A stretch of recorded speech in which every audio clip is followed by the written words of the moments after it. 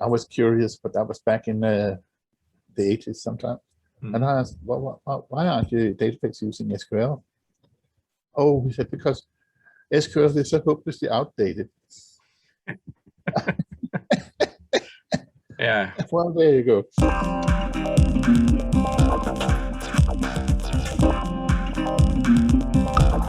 I read something the other day about moving from the DataFlex embedded DataFlex to SQL, and I was thinking about when did I actually use? We called it database engine before. So did you have a back-end database that worked with a front-end client? And I think it was back in the mid-90s. We used something called btrieve. That was just sort of a database engine, but it wasn't really SQL. It's not that we had anything against SQL databases at the time, but the problem was that even with the DataFlex driver, when that came, it was so ravishingly expensive to run an SQL database that nobody actually thought about it. And I do remember trying to get some, I called Oracle in Denmark about how much the price for an Oracle database. And that was about that was 99. And they had this principle that they said, I think they called it PowerPoints or something like that. And it was 1,000 Danish kroner, which is about 150 euro or something like that, for every megahertz the CPU ran. And at that time, you could hardly get anything less than 400 megahertz. So you can imagine 400,000 Danish kroner for a database. Just to set it up, yeah. That was way too much. But then, with the upcoming of MySQL, I think primarily because of MySQL, some of the big database vendors were forced to make, if not open source, then at least free limited versions of their own database. Yeah. And for instance, the Microsoft MSSQL, the limited version is quite adequate for most applications actually. So we began to use that. It's about 20 years ago. And you could say, okay, the drivers weren't maybe that good at the time, but it was an improvement. But I would say also the primary improvement was that it opened up the application to other systems. We didn't actually change that much, if anything, in the code. And that's one of the things is that you can run a DataFlex application on an SQL or on a embedded database without actually, I mean, with exactly the same code. Yeah. So sometimes when we're talking about transition to the web, people are thinking, oh, we're going to change it to an SQL database. And the answer to that is that, well, you don't have to. You don't have to change to SQL, but if you want to do it, it's very, very, very easy. Because it's sort of a point-and-click operation, and then you're done. Yeah, and there are actually a few advantages to using SQL, and you're actually getting more functionality out of the SQL server than the previous DataFlex database, because you can run queries a lot faster and do more elaborate search queries that you couldn't do on the old one. Oh yes, oh yes. I'd say some of the well, yeah, of course, if you ran a report, took a half an hour to generate or something like that, then you'd probably run into some timeouts on the web. Yeah. And you can avoid that with SQL, with either with embedded SQL or with SQL filters in your code. So that's definitely an improvement.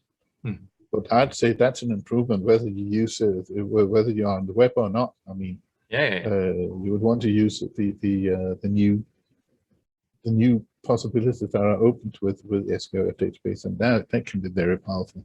That's true. But now we're talking about shifting from a DataFlex database to an SQL database from the perspective of the code. Do you see any other issues from migrating the data in a DataFlex database over to an MySQL database? Well, things changes all the time, and as of now, we are able to run Unicode databases. Yeah. Before that, an SQL database, MS SQL, would assumably run ANSI code, and you would have a problem, or at least something you should attend to, because all DataFlex programs were running OEM standard. So you had to change some of your national letters. Of course, this is a problem in Scandinavia and not in the US. Yes, we've run into that, of course.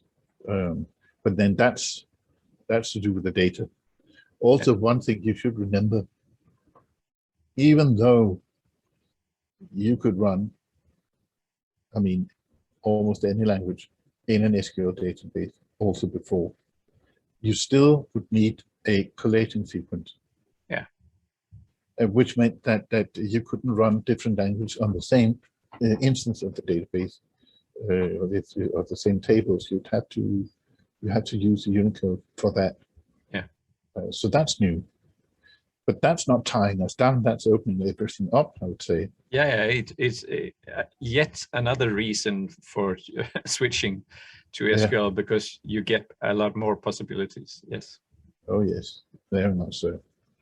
But the migration itself, isn't that more like point and click as well in DataFlex today? Yes. Yeah, it's kind of part of the, when you change the code to access the SQL database. Yeah. When you go from changing or changing a database from being a database embedded to SQL, it's very easy, because all the metadata that they would want to have in the SQL is already there. It's also easier to back up a SQL server than to back up a DataFlex embedded database. Yeah, very much so. Yet another point for the SQL. Yeah. I actually did a video where I migrated from the DataFlex database over to the SQL database. So I'll put a link to that in the description below as well. Well, I can only say that if you haven't started using SQL yet, there's no reason not to. I can't see any reason not to. Of course, it's very convenient, when you're doing small apps, and you just want to try something out, that there is a database. But I don't think I would recommend using it for live applications anymore, now that you have the possibility of going SQL. No, exactly.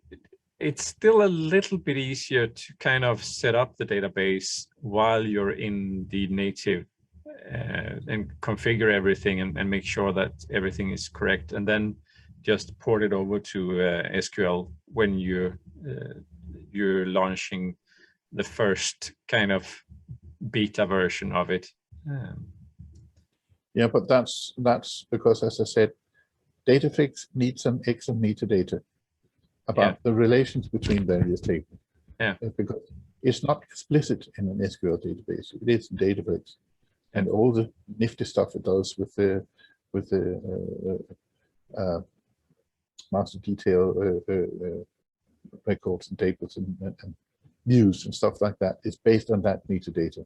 Yeah, it's interesting, because if you look at these large Java systems and stuff like that, the databases that are built up with the relationships and constraints and indexes and stuff like that, there the relationships are in the database to kind of ensure constraints and make sure that the data is good. But in DataFlex, you also get the benefit that DataFlex is actually using that information to manage the data in the application as well. And I haven't really seen that in any other development frameworks or languages. Me neither. And it's also like it handles the binding between the database and your views. Yeah. Very neatly, and that's one thing that I'm ever grateful. I don't have to actually code every time I do things. Yeah. Because it's just there. Don't have to think too much about that because it's handled already. Yeah. I don't know if, but I remember the first time I heard about it. No, it was the first time I heard about DataFlex. There was this guy who said, well, I was asking, I was curious, but that was back in the 80s sometime. And I asked, well, why aren't you DataFlex using SQL? Oh, he said, because SQL is so hopelessly outdated.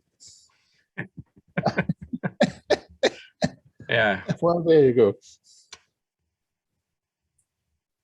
Yeah, hopelessly outdated. Yeah. So I think it's caught up. Yeah. You can say that. You can say that. Yeah. I don't know if I'm more to say about it. No, I feel that we got a lot of ground covered here. So it feels like a video, and we can get on with our work. Well, let's call it a video then. Yeah. Get on with it. Oh, okay. Yeah. Ciao. And bye-bye.